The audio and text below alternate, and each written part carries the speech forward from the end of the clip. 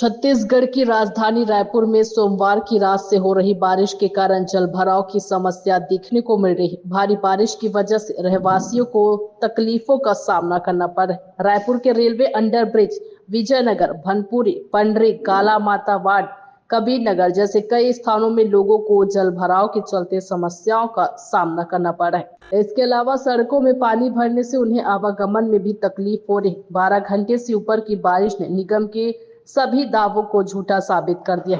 एक तरफ जहां निगम प्रशासन व्यवस्थाओं की बात करता है तो दूसरी तरफ बारिश के बाद जलभराव की स्थिति कुछ और ही बयां कर रही है। वहीं मोवा के स्वामी आत्मानंद स्कूल में भी पानी भर गया। पानी भरने के कारण बच्चों को समस्या का सामना करना पड़ रहा है। रायपुर से राघवेंद्र पांडे की रिपोर्ट।